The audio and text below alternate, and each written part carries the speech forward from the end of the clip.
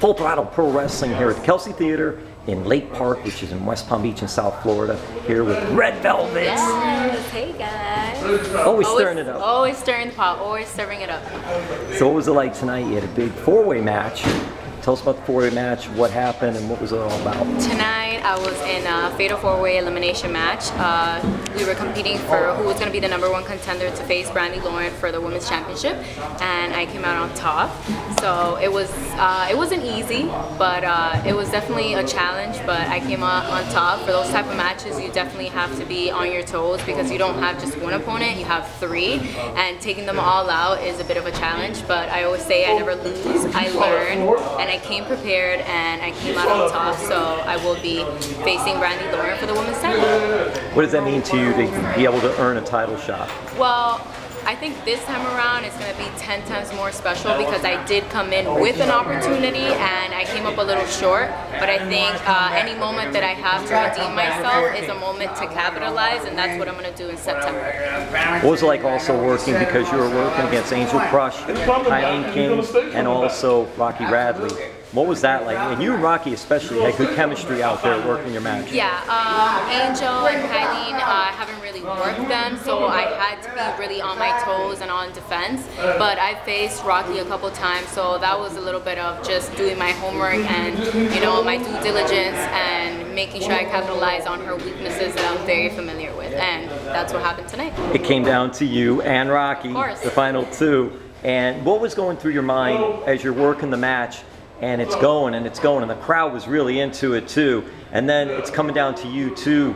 Just how much adrenaline is going, or how much calmer or settled are you at that point? I think at that point, towards the end, when I saw that it was down to me and her, it was a little bit of a flashback from like a couple of years ago, because we went back and forth for the past couple of years, title defenses here and there. So I think it was just, life going in a full circle and bringing us back. And I kind of got my little revenge from a couple years ago. So it was great, to duke it out with her in that final part of the match, Tell us about some things that have been going on for you lately. Well, I recently just tried out for Ring of Honor, so waiting on that, positive vibes. I will be touring in Africa for Slam Force Africa in October, and just keep your eyes out because I'm everywhere, and if you're not looking, you're gonna miss it. So keep an eye open because I'm ready and I'm coming to serve it up. I want to talk a little more about the Ring of Honor opportunity that you had. How did you get the tryout there, and what was it like up there and going through the process? Well, I had done the tryout a year ago in 2017. I was still pretty new, so I took that opportunity, and I didn't see it as a failure that I didn't get hired the first time. I took it as an opportunity to learn, to grow, and to develop myself, and I think this time around I came stronger, I came more knowledgeable of who Red Velvett is, and I just attacked it full force. I put in my stuff, and I got hand chosen.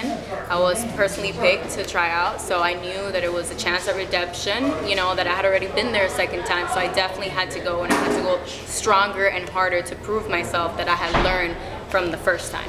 What type of feedback did you get? Big growth. They saw a lot of growth. Last time I do promos, sometimes, blending in English and Spanish because I do speak Spanish.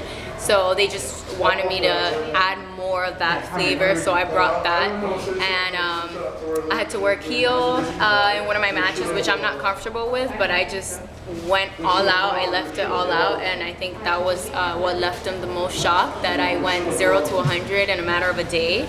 If it needs to be done, it's going to be done, and if I want something, it's already mine.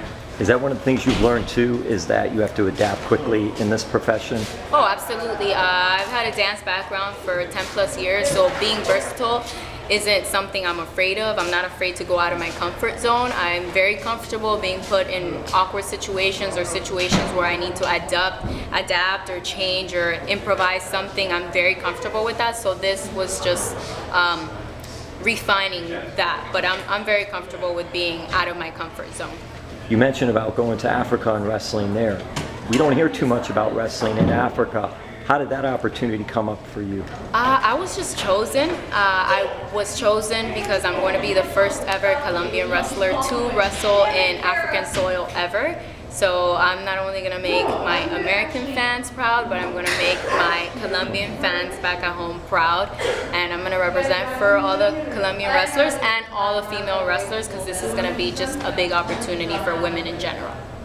Who's running the show, and do you know if it's going to be a tour or it's going to be a few shows? Yes, they're starting off with a tour in October, and I believe the tour will go on in January as well. It's Slam Force Africa who's running it, but we have a great card coming up. We have David Tita, we have Celeste, we have Taya, so it's going to be a good show. You guys do not want to miss out. We have PJ Black, so you guys definitely want to keep your eye out for Slam Force Africa. This is the first time you'll be in Africa. Yes, first time, but not last. Looking forward to it, and have you been studying up a little bit on Africa and the culture there? Yeah, I have a couple friends who are from there, so they're definitely, giving me some tips and, getting me comfortable before I make the big international leap to Africa. And lastly, Florida Indie Wrestling. Anything coming up for you, Florida Indie Wrestling, other than Full Throttle? Other than Full Throttle, I will be doing Atomic Wrestling in August, and I will be doing GCW in July. So if you guys want me out there, you want a piece of the cake, book Red Velvett, DM me on Instagram, send me a message on Facebook. I'm out there open for bookings, and I will serve it up. Thank you so much, Red Velvett. Thank you for having me. Active Friday, and she's up.